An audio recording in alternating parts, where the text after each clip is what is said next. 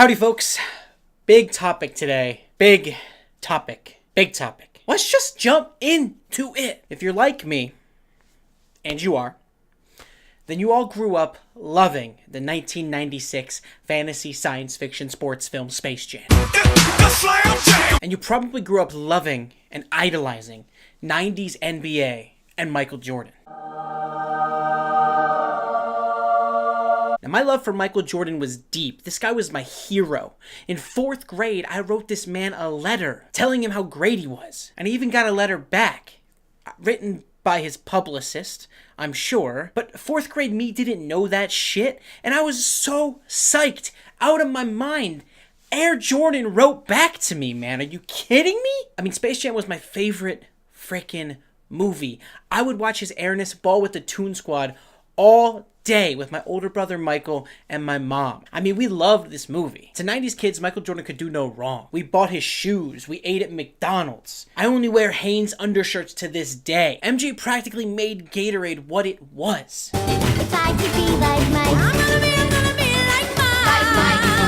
If I could be like Mike, I practically cried the first time I walked up to the United Center and saw the Spirit. And I'm a Sixers fan. MJ's a big deal. Michael has played an important part in my life. This pains me. I'm not usually a fan of cancel culture, with some obvious exceptions, but I don't usually like destroying things from the past, but I have to bring this one up because it will just eat at me from the inside out. Fallen heroes hurt. But here we go, and here's the thing. Young Michael Jordan travels in the beginning of Space Jam.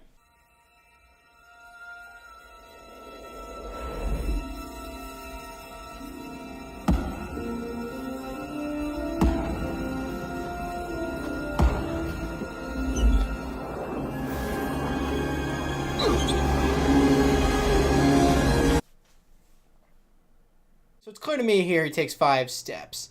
There's one step right after the dribble. There is another step when the ball is on his left side with his left leg. There is a third step when his right shoulder is lower. Then his left shoulder is lower. That's a 4th step. And then one more step when he goes to shoot the basket for that layup. Therefore, it is very clearly a travel. I'm sorry, folks. And I know what you're thinking, this is not a big deal, but when you strip the halo from the hero, the black cat seems sort of problematic. And that got me thinking, this isn't his only example of malfeasance in Space Jam. Not by a long shot. So, to name a few. He uses his star power and leverage to bribe a nice catcher into giving him better pitches. He forgets Stan Podolak's name. It's Stan. He shits all over Bill Murray's dreams of becoming an NBA superstar. He uses a remote control ball in order to score a hole-in-one against Larry Bird. He doesn't want to help the Looney Tunes, condones the use of steroids in order to beat the Monstars. You want to win or not? bottoms up.